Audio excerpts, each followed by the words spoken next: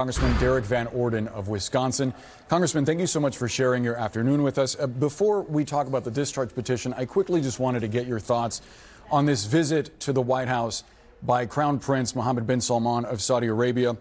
Given the circumstances surrounding his visit, the murder of Jamal Khashoggi, the outrage and objection of the families of September 11th victims, do you have any apprehension about his visit to the White House, especially as the president says he doesn't care where his hand has been, he'd give him a handshake? Well, I am on the House Armed Services Committee, and I'm the longest serving enlisted member of the United States military to ever get elected to Congress in the history of our nation. I have multiple combat tours around the world. And we want to make sure that we don't send American sons and daughters into harm's way unless we absolutely have to. And how you do that is making sure that you have stalwart allies in the most troubled region of the world. I'll move on to the question about the Epstein files, given that it doesn't seem like you are eager to expand on the questions about the Crown Prince's many allegations against him. I do want to play for you some sound from an Epstein survivor, Haley Robson, what she said about President Trump's change of heart on the discharge petition, saying that while she is grateful, she's skeptical of the agenda. Listen to this. I am traumatized. I am not stupid. I am traumatized. I am not stupid. You have put us through so much stress, the lockdowns, the halt of these procedures that were supposed to have happened 50 days ago. The Adelita Grijalva who waited to get sworn in and then get upset when your own party goes against you. Congressman, what's your response? Is she right in being skeptical of the president's intentions? Here's my response. I had 4 of these ladies in my office this morning, and my heart goes out to them completely. It is absolutely horrific what has happened to these women at the expense of Jeffrey Epstein and his gang of cohorts. It's just absolutely unacceptable. And I'm going to walk about 100 feet from here, and I'm going to vote to release this information, which I've been calling for the release of this information since the beginning of this stuff happened, since I was made aware of this, with the one rock-solid caveat that there must be protections for the victims, because the victims do not need to be re-victimized. And unfortunately, the piece of legislation that Mr. Massey and Ruokana put forward do not have adequate protections for these ladies that have been victimized already. There's no protections for whistleblowers, so how are we going to learn more of what took place? There's no protection for the potential release of child pornography. There's no extensions for investigations. It's just a very, very poorly written piece of legislation. Now, we have assurances that these loopholes are going to be closed in the Senate.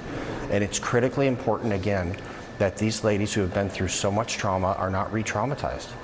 It's just heartbreaking. I have 2 daughters and 3 granddaughters. And if something like this happened to them, I'm not sure what I would be doing. But we have to make sure that we do everything we possibly can to protect these women. Couldn't the president just order the attorney general to immediately release all of these files with the caveats that you described, protecting innocent people and potential witnesses? Couldn't the president just direct these files to be released? Well, Joe Biden could have done that. He could have. Joe Biden could have done this. He could have released this. He could have let everybody know that Bill Clinton has been all over that island 26 times. Jamie Comer has released 65,000 documents already in a responsible manner. And that's what we got to do. The Democrat Party magically found an email between Maxwell and Epstein immediately preceding the vote to reopen the government. And they redacted the name of the victim there, who made herself public and wrote a book about this. And the reason they redacted her name is because she exonerated President Donald Trump. So she did that. And this tells you something. If these folks are willing to use these victims for political purposes, that's not okay. As a matter of fact, that's disgusting. So let's remember why we're here today having this discussion. It's because the Biden administration failed to do this already. Democrats would argue that there was still an investigation ongoing, that Ghislaine Maxwell's appeal hadn't yet fully gone through. DOJ only closed this investigation last month, so they were arguing that putting all that information out there earlier could have been harmful. Respectfully, Congressman, Joe Biden is no longer in office. Now it's President Trump, and he could release that information today. Why not do it directly instead of having this vote go through Congress? Well, I'll say this again. Jamie Comer's released over 65,000 documents. The Democrat Party cherry-picked 7 emails to release them. They did that for political purposes, and that's inexcusable. We just got to get away from this stuff, man. We're talking about these women's lives, and it is shameful that they're being used by the Democrat Party as political pawns. Well, Congressman, these victims have pointed out the fact that the president could put this out now if he wanted to. And I do want to ask you about some of the emails that were released. You're right that Virginia Giuffre said that Donald Trump never did anything inappropriate in her presence. We should note, though, that Epstein wrote in an email with Ghislaine Maxwell that apparently Trump had spent several hours with her at their home, at Epstein's home. This comes as the president is saying that only Democrats were friends with Jeffrey Epstein. We also know from one of those exchanges that author Michael Wolff was suggesting to Epstein that he could use their relationship to earn political capital. I want to be extremely clear and make it clear to our viewers that the president has not been accused of any wrongdoing in these emails or throughout this process. A large portion of them came before he was even in office. But it is notable that their relationship comes up again and again in these emails. Do you have questions for the president about their relationship? Does it make you at all curious about it? Well, here's what else Jeffrey Epstein wrote.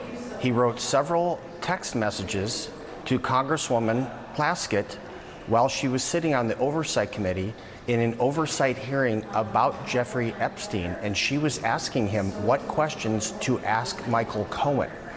Now, that would not have come out if this discharge petition was only signed. That only came out because the Oversight Committee subpoenaed the Jeffrey Epstein estate. So I'm going to say that once again. Jeffrey Epstein, before his demise, was live texting with the Congresswoman, Democrat Congresswoman, who represents the Virgin Islands, with Jeffrey Epstein, and Jeffrey Epstein was telling her what questions to ask the witness.